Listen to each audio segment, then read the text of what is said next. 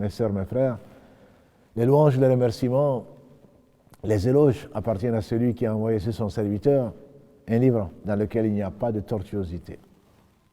C'est le premier verset de la sourate 18. Afin de mettre en garde ceux qui ont dit qu'il a pris un enfant et d'annoncer la bonne nouvelle aux gens qui ont cru et qui ont fait de bonnes œuvres, qu'Allah nous compte parmi ceux-là. Nous le louons, nous revenons vers lui repentants, nous lui demandons protection contre les conséquences de nos péchés et les tendances de l'âme. Celui qui Allah guide, nul ne saurait l'égarer.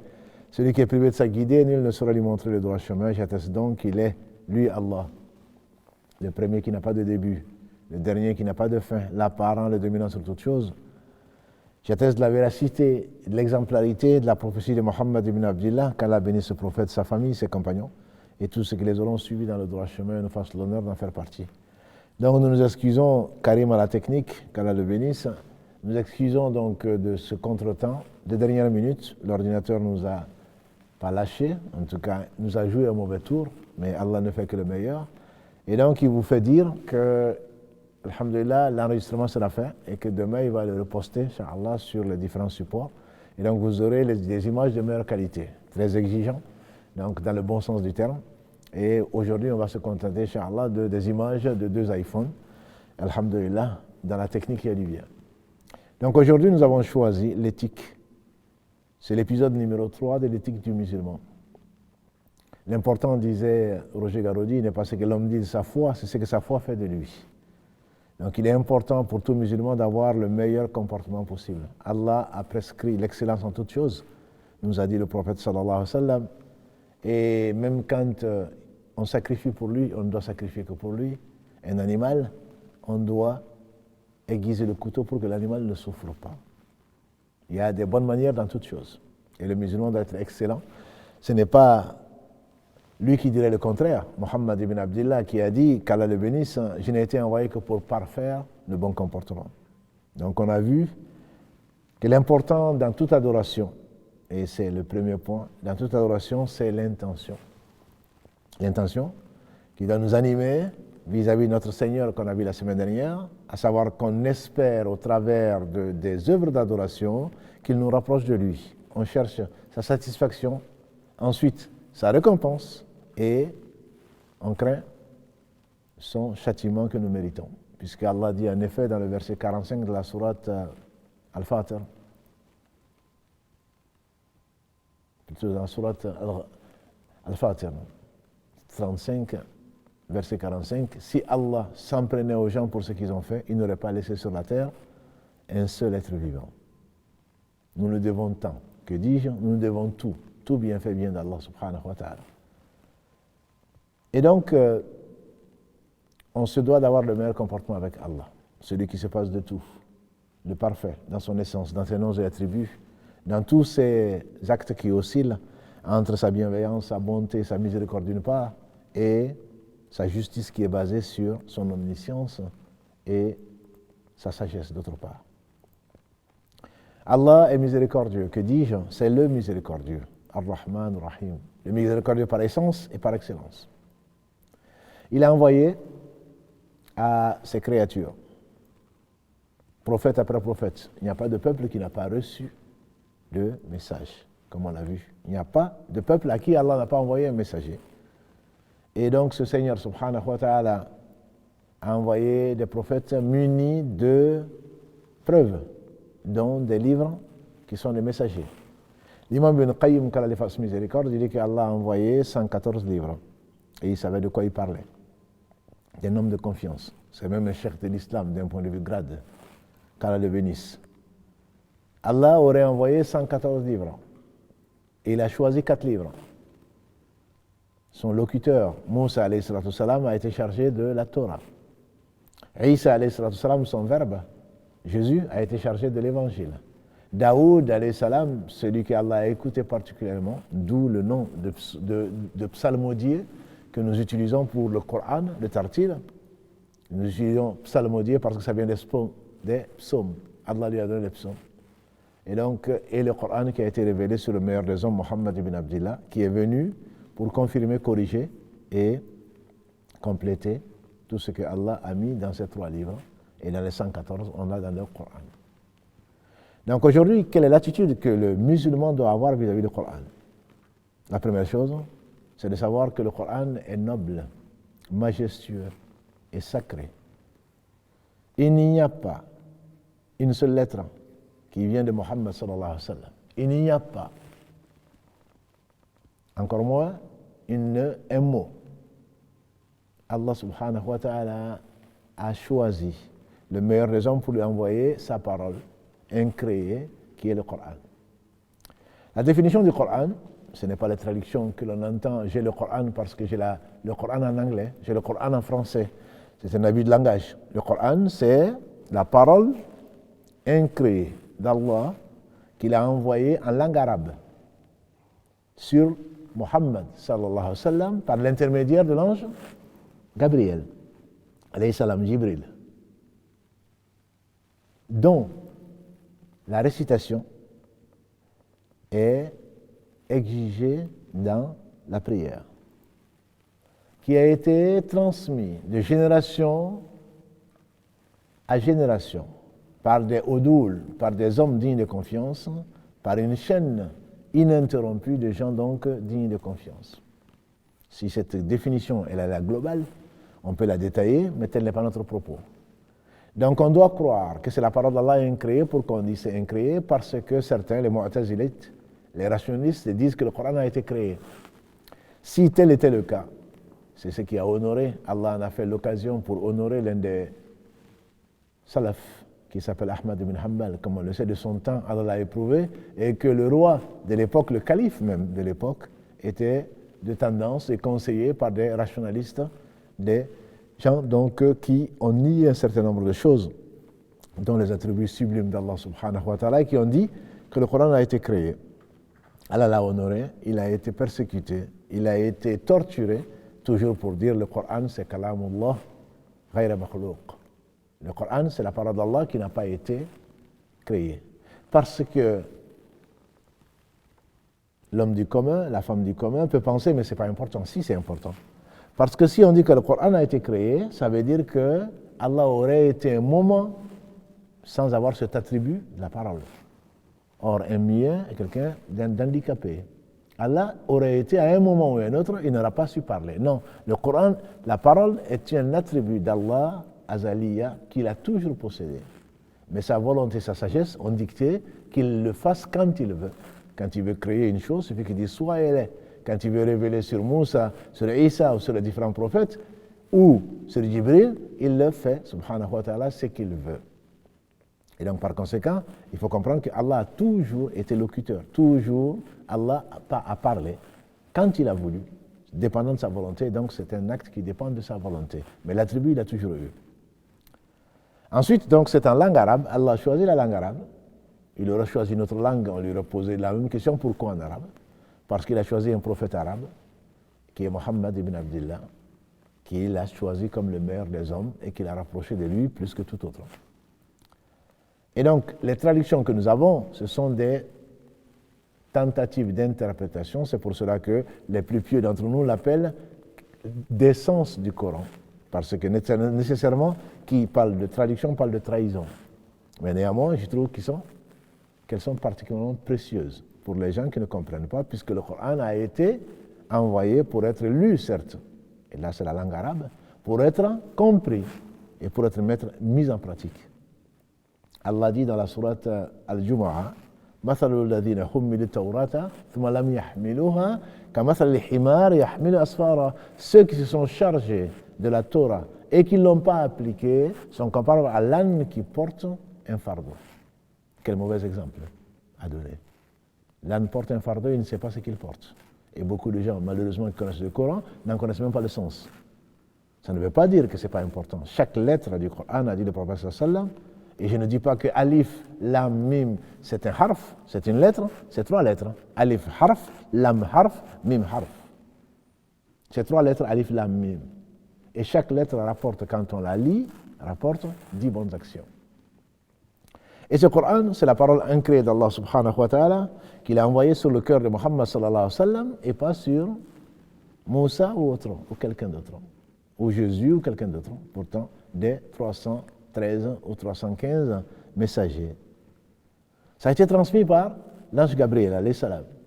Et ce n'est pas ce que Allah a révélé à Muhammad sallam sans l'intermédiaire. Et il est lu dans la prière. Ce n'est pas comme le hadith Qudsi dont on a parlé, qui est un hadith divin, qui vient d'Allah subhanahu wa ta'ala, mais qui n'est pas le Coran. Le Coran a été, grâce à Allah, et sa promesse est vraie, conservée. Allah dit dans la sourate Al-Hijr, sourate 15, verset 9, Inna nahnu nazzalna dhikra wa inna lahu lahafidhun. C'est nous qui avons fait descendre le rappel et c'est nous qui nous cherchons de le garder. En effet, la Torah dans son originalité, l'original a disparu. Moussa alayhi salatu salam, quand il est venu avec les tables, il a trouvé les fils d'Israël de son temps en train d'adorer le veau d'or, tellement en colère, il y avait de quoi, il a cassé les tables.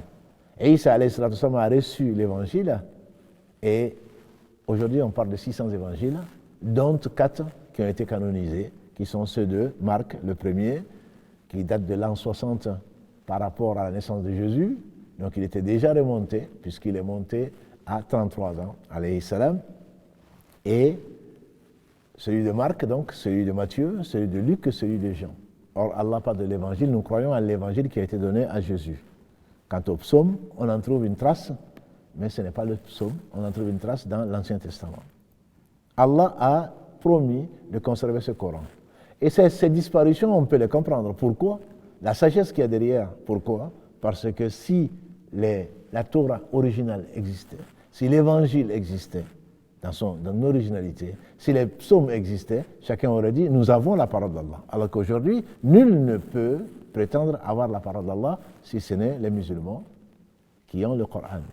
À la mort du prophète sallam, les compagnons du prophète sallam du temps d'Abu Bakr, qu'Allah l'agrée, sous l'impulsion, l'inspiration de cet inspiré, Omar ibn Khattab, qu'Allah l'agrée, comme l'a dit le prophète sallam, après les prophètes succédaient des inspirés. S'il y en avait un dans ma communauté, ça aurait été Omar.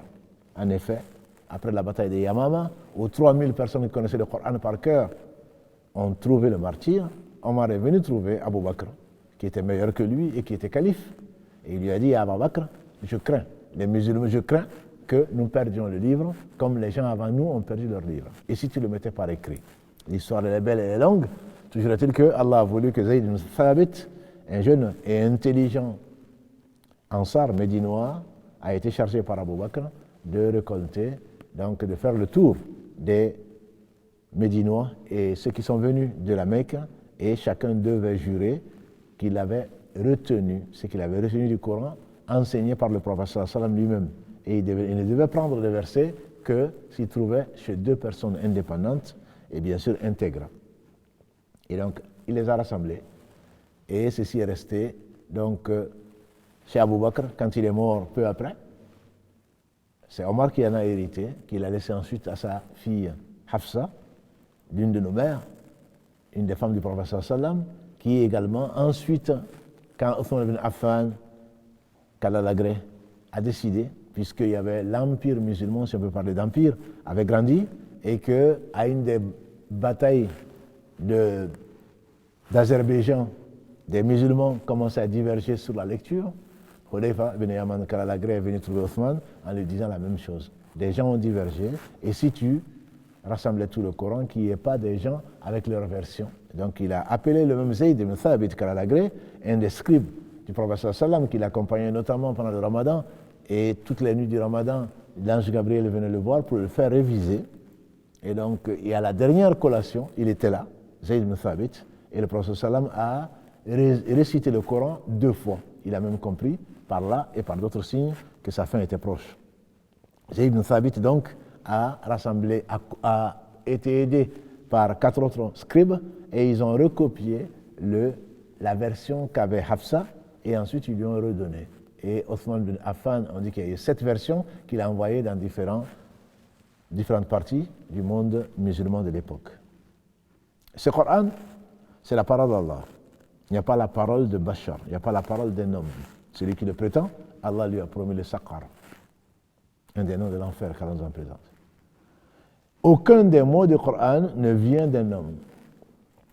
Allah subhanahu wa ta'ala reproche au prophète sallallahu alayhi wa sallam de s'être détourné de l'aveugle quand il est venu lui poser des questions. Allah lui reproche, ça c'est la sourate 80, sourate Abasa comme on l'appelle, Watawalla. Allah reproche au prophète sallam dans la sourate Tawbah d'avoir pardonné aux hypocrites. Allah révèle ce qu'il y avait dans le cœur du prophète sallam dans la sourate Al-Ahzab à propos de celle qui allait devenir son épouse, Zaynab. Et donc tout ceci, bien entendu, si ça venait de lui, il l'aurait peut-être caché. Et s'il l'avait, comme l'a dit Allah subhanahu wa ta'ala, s'il l'avait prétendu dire une chose quelconque venant, qui ne venait pas de lui, Allah lui aurait tranché la horte. Et Allah est indépendant, il n'a besoin de personne, il n'a pas d'influence, subhanahu wa ta'ala. Ce Coran donc résume la parole d'Allah subhanahu wa ta'ala qu'il a voulu conserver puisqu'il l'a parfait, sa religion, comme il le dit dans la sourate Al-Ma'ida, sourate 5, verset 3. Il a parfait, c'est bien fait sur cette communauté et il a agréé l'islam comme religion. Le jour de Arafat, 9e jour du 12e mois de l'année 9. C'était à Arafat. Ce Coran, il est lourd de sens, mais lourd en réalité. Allah dit subhanahu wa ta'ala dans la sourate 59, verset 20, لو أنزلنا هذا القرآن على جبل لرأيته خاشعا متصدعا من خشية الله وتلك الأمثال نضربها للناس لعلهم يتفكرون. Si ce Coran avait été révélé sur une montagne, elle se serait effondrée de crainte d'Allah subhanahu wa ta'ala. Et ça a été révélé sur un homme pour être transmis à des hommes. Et cela le néglige. Le Coran est lourd de sens. Inna thanulqi alayka qawlan thaqila, dit Allah à son prophète sallam dans la sourate Al-Muzammil, sourate 73. Nous allons te révéler une parole lourde. Ce Coran, Allah subhanahu wa ta'ala a voulu donc, nous avons dit, le préserver comme il a promis. Les compagnons du prophète sallam, donc les scribes, à peine un an après la mort du prophète sallam, ce Coran était donc rassemblé du temps d'Abu Bakr.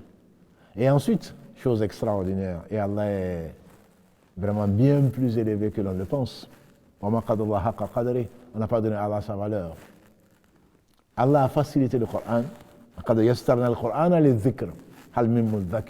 Est-ce que Allah a facilité la mémorisation du Coran? Est-ce qu'il y a des gens qui veulent se rappeler? Je ne connais aucun livre, qu'il soit une brochure ou plus gros, que l'auteur même connaisse par cœur. Ne parlons pas du reste. Or, Allah a voulu que le Coran, on a parmi nous des gens qui connaissent le Coran par cœur. Le professeur Hamidullah, qu'Allah lui fasse miséricorde, un de nos enseignants, qui est mort en 2000, qui a beaucoup travaillé, qu'Allah le bénisse et lui fasse miséricorde, notamment sur les lettres diplomatiques du prophète sallallahu alayhi wa sallam. Il a fait une traduction du Coran qui sert de référence à toutes les traductions de musulmans, en tout cas contemporains. Il a écrit une biographie du prophète sallallahu alayhi wa sallam qui s'appelle Le prophète de l'islam dans l'édition AIF, Association des étudiants islamiques en France. Il dit, en seule Turquie, en 1974, il y avait 100 000 personnes qui connaissaient le Coran par cœur, en seule Turquie. Que dire alors d'aujourd'hui où il y a des millions de gens qui connaissent le Coran par cœur? On dit que l'imam An-Nawawi, qu'Allah lui fasse miséricorde, avait appris le Coran à 7 ans. L'imam Shafi'i avait appris tout le Coran à 10 ans. Et encore, nous avons de nos enfants, de nos petits-enfants qui connaissent le Coran par cœur. Et Allah a voulu. Imaginons qu'un idiot vient rentrer dans les mosquées et brûle tous les Corans. Il ne va pas brûler les gens qui ont le Coran par cœur parce qu'il ne sait pas qui c'est parmi les gens. Et Allah a préservé donc le Coran de deux façons, par écrit, également de mémoire. Et Allah suffit à lui-même. Il se passe des gens, il se passe de tout, subhanahu wa ta'ala. Ayant introduit donc cette notion de respect, cette notion de croyance, le Coran, on doit croire que ça vient d'Allah, de la part d'Allah subhanahu wa ta'ala, et celui, quand on lui montre la preuve que c'est une parole d'Allah, qui doute que cela vient d'Allah, n'est plus musulman, bien entendu. Parmi les 6 articles de foi, c'est croire en Allah, en ses anges, en ses livres, résumés dans le Coran, en ses prophètes, au jour du jugement dernier et au destin. Celui qui nie un seul verset du Coran s'auto-excommunie de l'islam. C'est pas parce que tu ne comprends pas, va apprendre. Le remède de l'ignorance, c'est la science. On te montre la preuve que ça vient du Coran. Tu sais alors que si c'est la parole d'Allah, si tu y crois vraiment, que c'est la vérité. Allah a mis au défi, comme vous le savez, les Arabes d'antan, qui étaient éloquents, qui étaient des poètes, d'apporter 10 sourates, comme il est dit dans la sourate 11, Hud. Et dans la sourate 2, Allah dit d'apporter une seule sourate. Et bien sûr, personne, les hommes et les djinns réunis, personne n'a pu relever le défi et ne le relève. فَإِن لَمْ تَفْعَلُوا dit Allah, وَلَنْ تَفْعَلُوا. Si vous ne le faites pas, et vous ne le ferez jamais. فَاتَّقُوا النَّارَ الَّتِي وَقُودُهَا النَّاسُ وَالْحِجَارَةُ وَعِدَّتْ لِلْكَافِرِينَ. Alors, si vous ne pourrez pas, et vous ne le pourrez pas, craignez le feu dont le combustible sont les hommes et les pierres réservées aux mécréants. Et donc Allah subhanahu wa ta'ala, ceux qui mécroient bien entendu, aux incroyants qui ne croient pas au Coran, que c'est la parole d'Allah subhanahu wa ta'ala. Et personne ne relèvera le défi. Les prétendus, les faux prophètes, comme Musaylima al-Kadhab, le très grand menteur Musaylima et d'autres, quand on vous dira ce qu'ils ont produit, c'est ridicule. Complètement ridicule. Donc Allah subhanahu wa ta'ala a voulu conserver ce Coran qui contient les nouvelles du passé, les prophètes, les gens qui les ont traités de menteurs, ce que Allah a fait d'eux, les merveilles, les miracles, etc., etc., notamment de Moussa, alayhi salatu salam, de Isa, Jésus, de Ibrahim, de Nuh, avec l'arche de Noé, etc. Allah a mis des nouvelles à venir, le présent également. Allah y a mis toutes sortes de recommandations et de conseils. Les livres contiennent la connaissance d'Allah, ses noms majestueux. Ils sont tous plus beaux les uns que les autres. Celui qui n'y croit pas a un seul de ces noms. Allah dit qu'il aime. Celui qui dit Allah aime, Allah n'aime pas parce que ce serait de l'anthropomorphisme. Celui-là, il fait partie des 72 sectes de l'islam. Une seule des 73 parties sera sauvée de l'enfer. C'est celle qui croyait à ce à quoi croyait Mohammed sallam et ses compagnons. C'est la seule voie, comme il a dit. Je vous laisse, a-t-il dit lors de son dernier pèlerinage, qui était le seul d'ailleurs, deux choses. Si vous y tenez, jamais vous ne serez perdu. Le livre d'Allah, le Coran et ma sunna. Celui qui se lie aux deux ne sera bien heureux dans ce bas monde avant l'au-delà. Donc Allah l'a conservé et personne ne pourra le contredire. Allah dit dans la sourate Fussilat, sourate 41, verset 42, La ya'tihul batil min bayna yadayhi wala min khalfi. Le faux ne l'atteint ni de devant ni de derrière. Le prophète alayhi salatu salam a demandé à son Seigneur, Allahumma ja'al Qur'ana arabiya qalbi wa qulubina. Que le Coran, il a demandé à Allah de faire du Coran là, le printemps de son cœur. Allahumma ja'al Qur'ana arabiya qulubina wa nuru sudurina, la lumière de nos cœurs. Et ce qui préserve d'être la tristesse et le reste.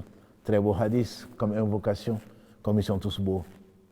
Ce Coran, quand on sait qu'il vient d'Allah, qu'il ne vient pas d'une personne aussi honorée qu'elle soit, comme Mohammed sallallahu alayhi wa sallam, alors on y croit. Quand on y croit, ça veut dire qu'on le récite, sachant que c'est la parole d'Allah, là où ça a été conseillé, et on le récite régulièrement, et on revient souvent. On sait que la parole qui est vraie, que la sagesse a dicté les lois que Allah subhanahu wa ta'ala a envoyées, et les conseils et les recommandations, on les suit. C'est ça l'adab. C'est ça l'éthique du musulman vis-à-vis du Coran. On a demandé à notre mère Aïcha, quand elle a agré quel était le comportement du prophète sallallahu alayhi wa sallam, qu'est-ce qu'il a répondu? Son comportement, c'était le Coran. Son comportement, quand Allah dit dans la sourate 68, la sourate Al-Qalam, Noun wa Al-Qalam wa ma yasturun, quand il dit ensuite, wa innaka la ala khuluqil azim, tu es certes pétri de nobles caractères. Les savants disent que c'est le Coran. Chaque fois que le Coran a ordonné une chose, il était le premier à le faire. Chaque fois que le Coran a interdit une chose, il était le premier à sans écarter, sans compter la pudeur, le courage, la générosité et tous les beaux caractères qu'Allah lui a donnés. Donc le Coran, c'est un livre qui est la parole d'Allah, qui contient toute sagesse, toute recommandation, et également, comme Allah dit subhanahu wa ta'ala, la guidée, qui contient la guidée. Ça a été envoyé pour cela. Allah dit, et nous le savons, et nous reviendrons bientôt dessus si Allah nous prête vie, Allah dit dans la sourate Al-Baqarah, sourate 2, verset 185, Shaharu Ramadan alladhi unzila fihi al-Qur'an, hudan linnas wa bayyinat min al-huda wal furqan. C'est pendant le mois de Ramadan que le Coran a été révélé, comme guidé pour les gens, et critère de distinction entre le vrai et le faux pour les gens. Alors le Coran est venu pour être une preuve, pour donner toutes les preuves à qui que ce soit pour que demain personne n'ait un argument vis-à-vis d'Allah subhanahu wa ta'ala. Donc c'est Hudan Linas, un guide, une guide pour les gens en général, musulmans, non musulmans, petits et grands, femmes et hommes, mais pour montrer le droit chemin. Ce droit chemin que nous demandons 17 fois par jour à Allah, Ihdina siratal mustaqim, guide-nous dans le droit chemin, lequel, c'est celui que tu as tracé dans le Coran, qui était le même, siratal ladhina an'amta alayhim, le chemin que ont suivi les gens que tu as agréés, qui sont, وَمَا يُطِعِ اللَّهَ وَالرَّسُولَ dans la sourate An-Nisa 4, verset 69, وَمَا يُطِعِ اللَّهَ وَالرَّسُولَ فَأُولَٰئِكَ مَعَ الَّذِينَ أَنْعَمَ اللَّهُ عَلَيْهِم مِّنَ النَّبِيِّينَ وَالصِّدِّيقِينَ وَالشُّهَدَاءِ وَالصَّالِحِينَ وَحَسُنَ أُولَٰئِكَ رَفِيقًا. Celui qui obéit à Allah et aux messagers, voilà ce que Allah a agréé. Parmi les prophètes, les gens véridiques, les martyrs témoins et les gens de bien, qu'Allah nous compte parmi ceux-là. Parce qu'en dehors de cela, les gens ont soit encouru la colère d'Allah, il y en a beaucoup, qui connaissent et qui ne pratiquent pas, soit alors égarés, ils ont été chercher des sources ailleurs, alors que la parole d'Allah, incréée, véridique, conservée, est à la portée de tout un chacun. Hudan Linas, c'est qu'Allah a montré le chemin, le droit chemin à tout un chacun. Et il n'y a pas de contradiction, puisqu'il dit en ouvrant son livre, Surat al-Baqarah, le verset 2, que dit Allah, Alif Lam Mim, Dhalika al-Kitabu, La Rayba Fihi, Hudan lil-Muttaqin. Alif Lam Mim, ce livre, point de tortuosité, point de doute dessus, c'est un guide pour les pieux. C'est-à-dire celui qui voit le droit chemin et qui le prend, il devient pieux. De prendre, l'emprunter, c'est respecter ce qu'Allah a ordonné, c'est s'éloigner de ce qu'il a interdit. Et je jure par Allah, le seul digne d'adoration, que Allah n'a rien ordonné qui ne soit pas indispensable à l'homme. Allah n'a rien interdit qui ne soit pas un mal, où le mal n'est pas prépondérant. Quel Seigneur, quel miséricordieux. C'est pour cela que les meilleurs d'entre nous, a dit le prophète sallallahu alayhi wa sallam, d'après le hadith de Uthman ibn Affan, Khayrukum man yata'allama al-Qur'an wa 'allama. Les meilleurs d'entre vous, c'est ceux qui, comme apprennent le Coran et qui l'enseignent. Et Ahlul Qur'an, a dit le prophète sallallahu alayhi wa sallam dans un hadith authentique, Ahlul Qur'an, Ahlullah wa khasatuh. Les gens du Coran, c'est-à-dire que les gens qui ont appris le Coran, qui ont compris le Coran, qui ont mis le Coran en pratique, c'est les gens que Allah a particulièrement choisis. Khasatuh. Khas, c'est particulier, spécial. Ahlul Qur'an, les gens du Coran. Il ne s'agit pas de gens qui le répètent sur les morts quand il y a des morts ou sur l'eau pour la ruqya. Non, Ahlul Qur'an, c'est les gens qui ont vécu le Coran, qui l'ont vécu. Ils se lèvent la nuit pour psalmodier quand les autres dorment. Dans le jour, ils le lisent, ils le mettent en pratique quand les autres sont insouciants, s'occupent de ce bas monde, de ce qu'il contient, qui ne représente même pas le poids de l'aile des moustiques chez Dieu subhanahu wa ta'ala. Le Coran, c'est les gens qui suivent ce que disent les recommandations d'Allah subhanahu wa ta'ala. Les pieux, c'est qui? C'est ceux qui font ce qu'Allah ordonne, qui s'éloignent. Ils font ce qu'Allah ordonne, qu'il a conservé en espérant la récompense d'Allah. Et ils s'éloignent de ce qu'Allah a interdit par crainte du châtiment d'Allah. C'est une des définitions de la piété. Hudan lil muttaqin. Allah dit dans la sourate Luqman, Sourate 31, verset 3. Alif Lam Mim. Il dit subhanahu wa ta'ala, dans le verset 3, Huda lil muhsinin. C'est une guidée pour les gens qui font le bien. Le Coran n'est pas venu pour qu'on l'embrasse et pour qu'on le mette dans un coin de son étagère, ou qu'on le prenne pendant le Ramadan et qu'on l'oublie ensuite. Le Coran est venu pour servir de guide. Nous avons dit guide pour les pieux, guide pour les gens qui font le bien. Cette guidée donc, celui que Allah aime, il le met sur cette guidée. Celui qui a refusé cette guidée, alors que les prophètes sont venus, Allah a conservé ce Coran, qui est le plus grand miracle du prophète Mohammed sallallahu alayhi wa sallam. Tous les prophètes ont eu des miracles, ont été accompagnés, leur mission ont été accompagnés par des miracles que Allah leur a produits pour attester de la véracité de leur mission. Mais tous sont morts avec leurs miracles. Moussa alayhi salam à cause de son bâton, entre autres. Et Isa alayhi salam, il a ressuscité les morts, etc., ce qu'il ne pourra pas faire quand il reviendra, puisqu'il n'est pas mort. Et d'autres choses que Allah a données aux différents prophètes pour montrer la véracité de leur mission. Quant à Mohammed sallallahu alayhi wa sallam, 14 siècles après, on est dans le 15e, en 1433 nous sommes, 14 siècles après, nous avons encore le Coran, et jusqu'à ce que Allah subhanahu wa ta'ala hérite de la terre ce qu'elle contient, jusqu'à la fin du monde, Allah va l'élever, et dans les pages de ce qu'on appelle aujourd'hui le Coran, il n'y aura rien d'écrit, parce que Allah en aura décidé ainsi. Donc ce Seigneur et Maître subhanahu wa ta'ala a été miséricordieux en conservant ce Coran, en y mettant tout ce dont on a besoin. Allah dit subhanahu wa ta'ala, Ya ayyuhan nasu qad ja'atkum. Ya ayyuhan nasu qad ja'atkum. موعظة من ربكم وشفاء لما في الصدور وهدى ورحمة للمؤمنين. Dans la sourate Yunus, sourate 10, verset 57, Allah dit, ô vous les gens, il est venu de la part de votre Seigneur une exhortation, mau'idatun. Wa shifa'un lima fi sudur, et une guérison de ce qu'il y a dans les cœurs. Wa huda, une guidée, wa rahmatun lil mu'minin, et une miséricorde pour les croyants. Pour les croyants seulement, il y a guérison, il y a guidée et il y a miséricorde. Même si le Coran guide vers ce qui est in hadha al-Qur'an yahdi lillati hiya aqwam. Ce Coran dirige vers ce qui est le plus droit. Donc ça, c'est une guidée générale, mais la guidée spécifique, c'est celle qui accompagne et est suivie par les gens que Allah a aimés. Des gens qui s'est approprié, entre guillemets, Ahlullah, comme l'a appelé le prophète sallam, c'est-à-dire les gens d'Allah. Qu'Allah nous compte parmi ceux-là. C'est ceux qui lisent, qui comprennent, qui le mettent en pratique.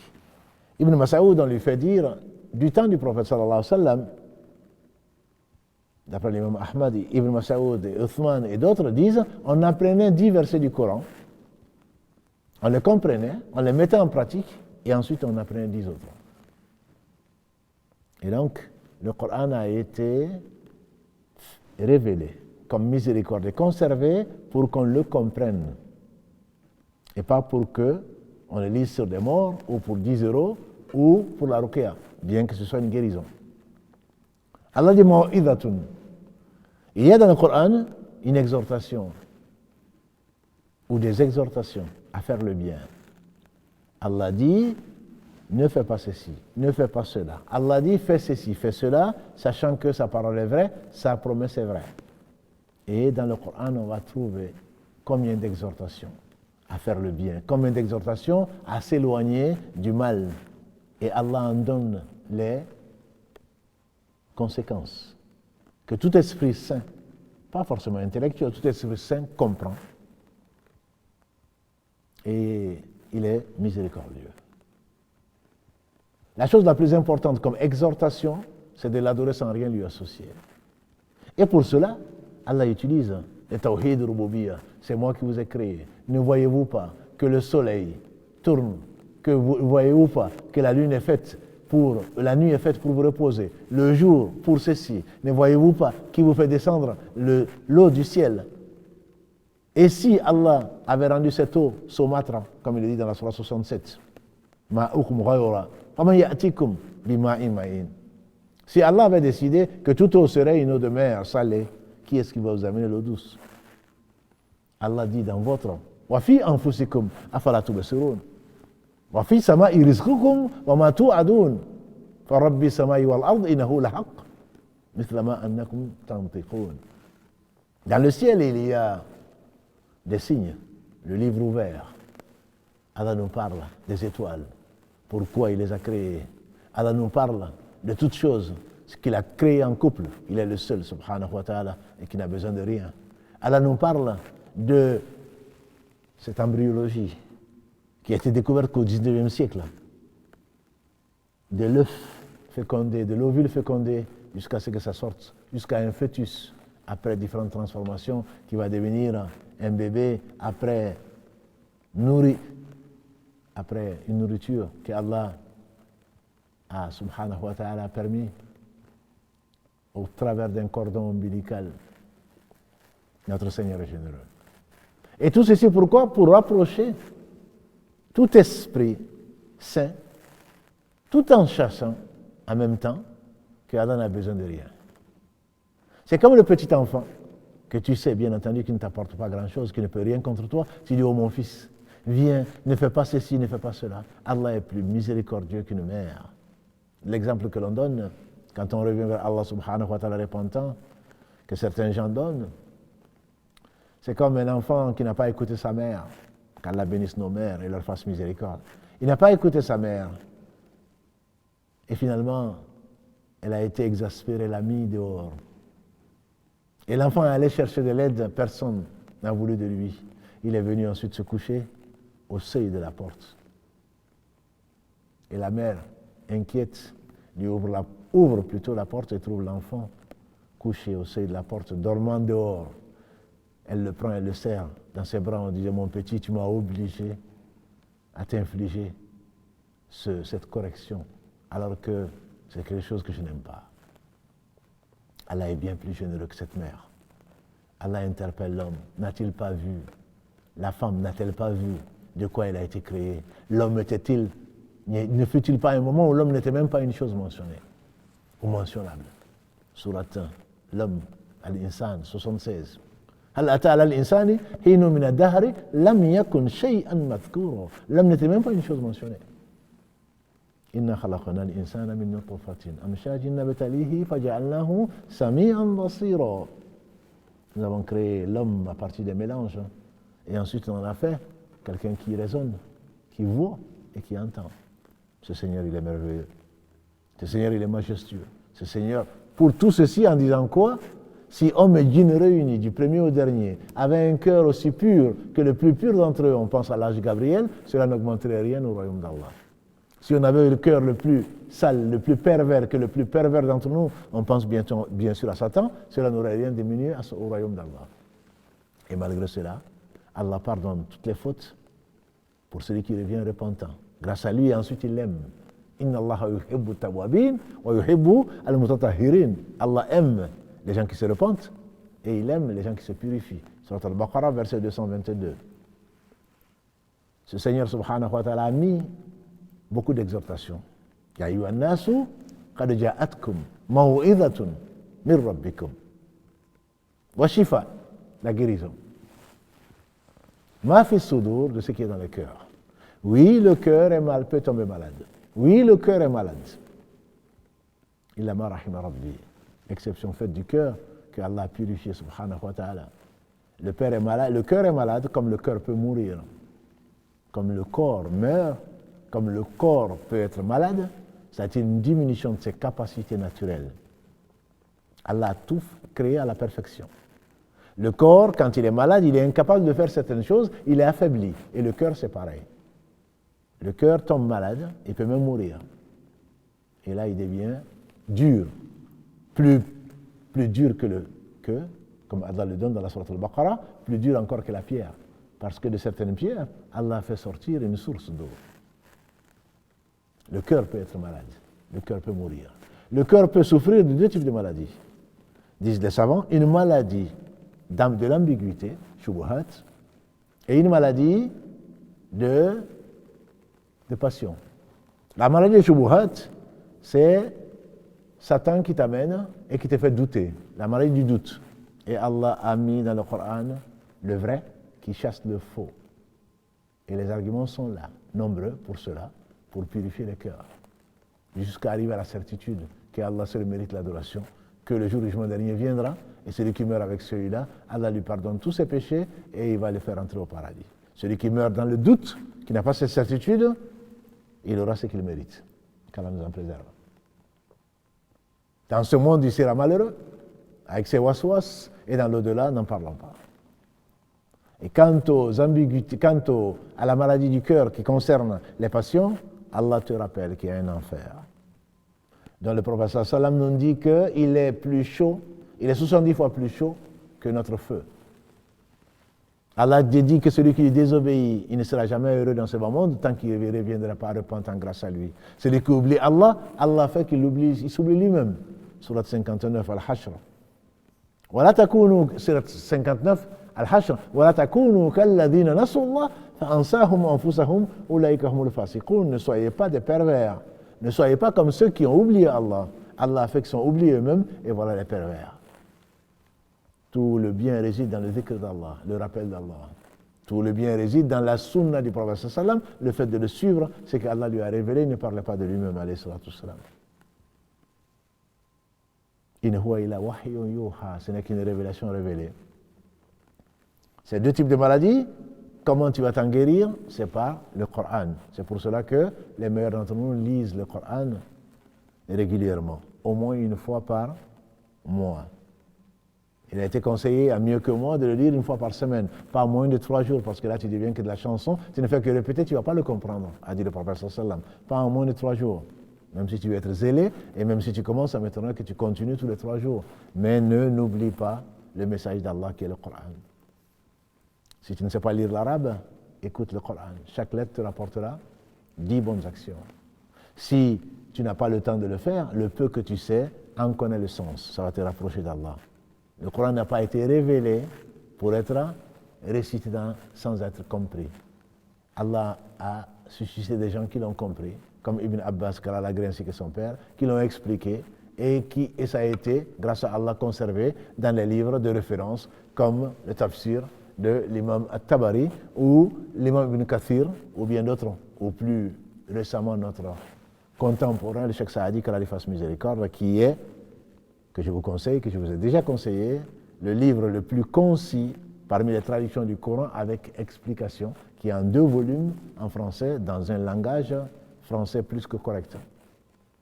Et que je recommande à tout un chacun, où il va droit au but, sans singer n'importe quelle équipe. Droit au but, il va, et il est concis, comme Allah subhanahu wa ta'ala a voulu. Et donc, il faut le comprendre. Quand tu ne comprends pas ce que tu lis, tu deviens un perroquet et ça ne te sert pas à grand-chose. Quand tu ne comprends pas ce que tu lis dans la prière, il est difficile de se concentrer.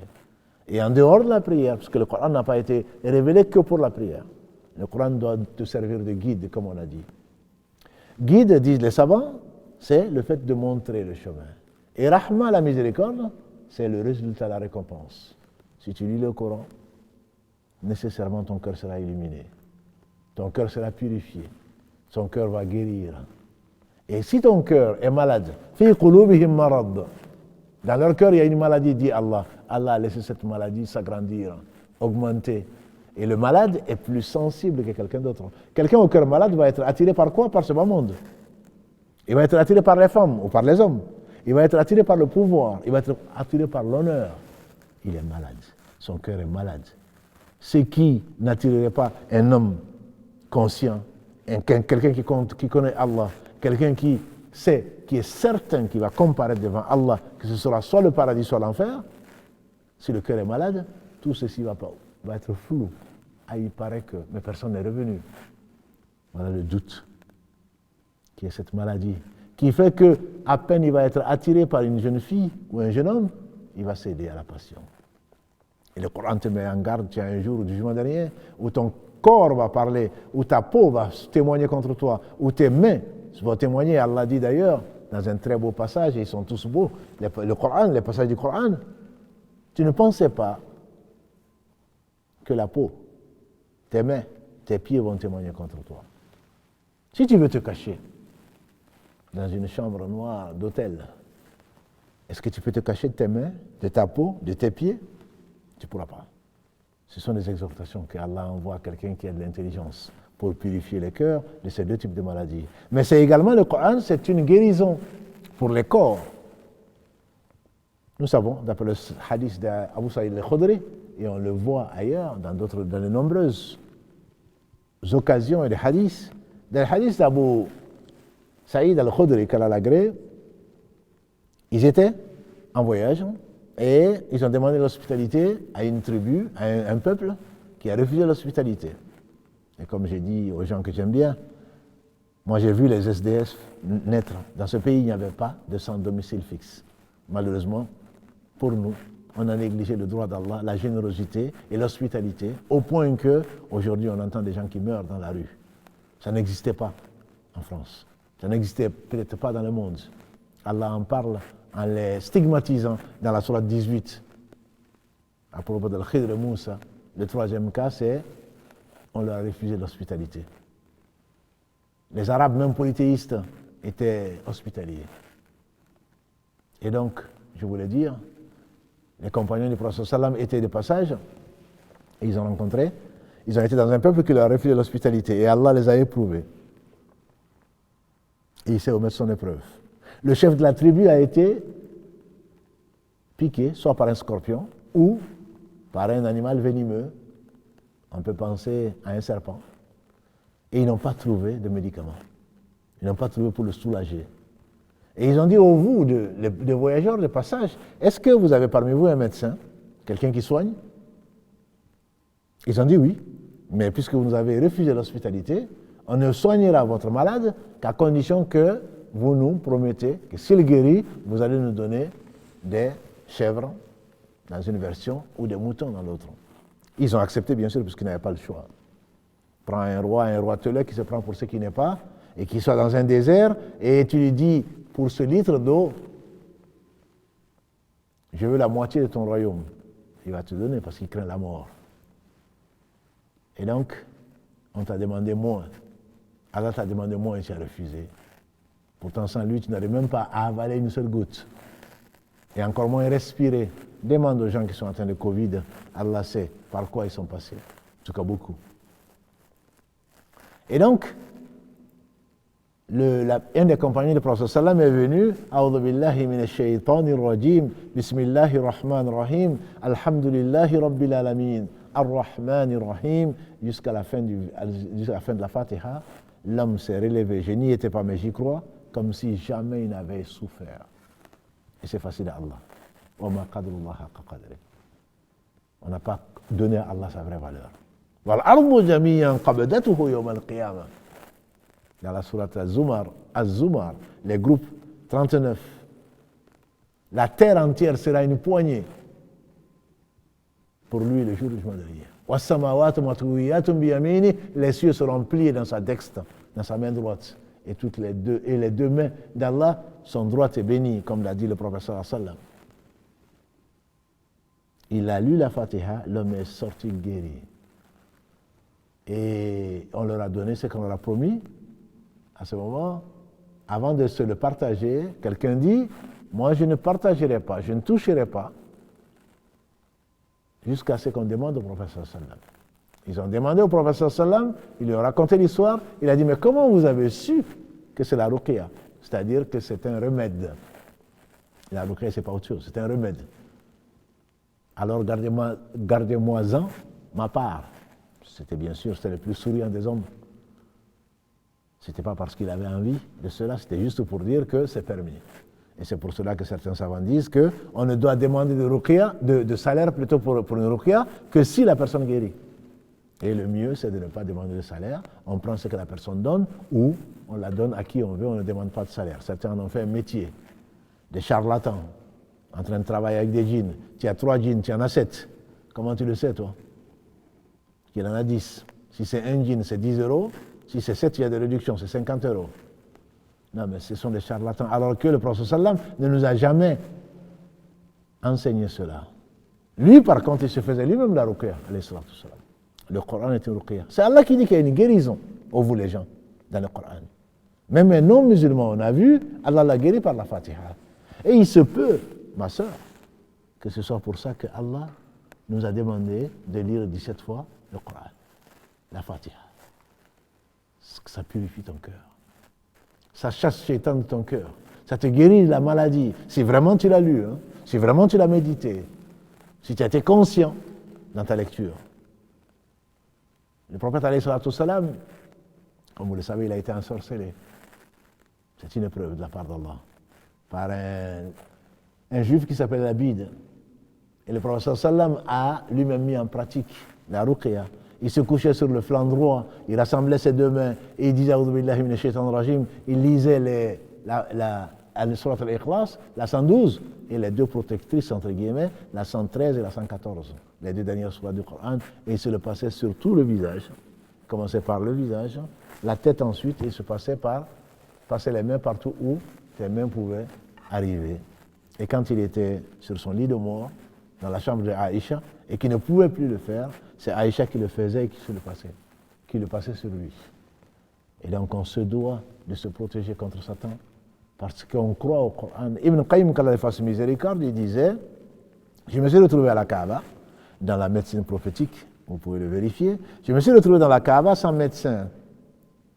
Le médecin ne guérit pas, le médecin traite. Ash-Shafi' huwa Allah, c'est Allah qui guérit. Et le prophète sallam disait, Allahumma rabban nas, idhhab al-bas, anta shafi', la shifa'u illa shifa'uk, shifa'u la yughadiru saqama. Quand quelqu'un était malade, il lui posait la main, oh Allah, Seigneur Allah, Seigneur des gens. Enlève le mal, c'est toi qui guéris. Pas de guérison sans la tienne. Une guérison qui ne laisse aucune trace. Et la personne guérissait. L'important c'est ça, c'est la foi, c'est le cœur. Quand on croit vraiment que c'est la parole d'Allah, quand on croit que Allah, wallahu ala kulli shay'in qadir, Allah est capable de toutes choses, ne t'en fais pas. Allah te démontrera qu'il est capable de toutes choses, dont la guérison. C'est Allah qui guérit. Les médecins traitent, et il n'y a pas de maladie sans remède, comme l'a dit le prophète sallam, qu'on le connaisse, ce remède ou pas. Et donc le prophète alayhi sallam nous a conseillé donné un certain nombre de remèdes, dont la lecture du Coran.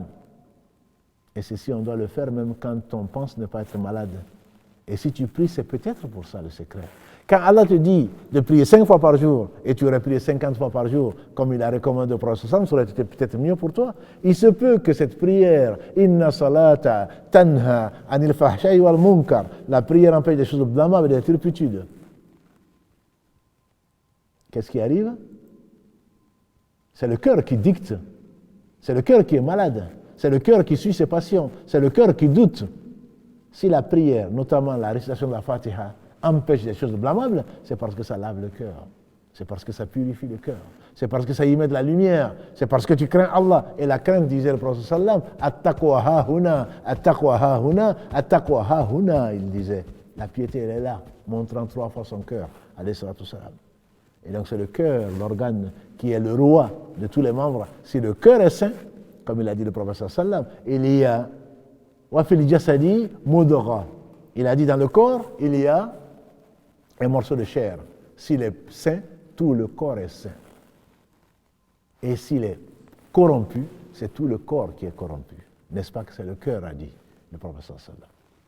Et donc, croire en la parole d'Allah subhanahu wa ta'ala dans ton attitude et réserver le meilleur accueil. Si tu veux que Allah te parle, fais tes ablutions et écoute le Coran. Tu n'es pas prophète, et il n'y en a pas après le prophète sallam. Mais c'est comme si Allah te parlait. Si tu veux parler à Allah, il n'y a pas besoin de rendez-vous. Fais tes ablutions, fais 2 rak'ahs, et essaie de te concentrer. Et parle à Allah, Allah t'écoute. Allah dit enlevez le voile. Tu parles, Alhamdulillahi Rabbil Alamin, Allah te dit mon serviteur m'a louangé. Ar-Rahman Ar-Rahim, mon serviteur a fait mon éloge. Maliki Yomidin, mon serviteur va glorifier, etc. Allah dit ça, c'est entre mon serviteur et moi, mon serviteur aura ce qu'il veut. Donc tout ce que tu vas demander, la chose la plus importante de la vie, c'est la guider. Le chemin de ce que tu as comblé tes bienfaits, Allah va te l'accorder, puisqu'il a dit, mon serviteur aura ce qu'il aura demandé, jusqu'à la fin. Donc ne néglige pas la prière, ne néglige pas d'invoquer Allah, ne néglige pas de purifier ton cœur 5 fois par jour minimum. Et si tu peux faire mieux, ce sera encore mieux pour toi. L'heure passe si vite qu'Allah subhanahu wa ta'ala nous guérisse et nous accorde l'amour du Coran, la compréhension du Coran, la mise en pratique du Coran, pour ne pas compter parmi ceux qui ont encouru la colère d'Allah subhanahu wa ta'ala, ni des égarés, parce qu'en dehors de la guidée d'Allah, il n'y a pas d'autre guidée.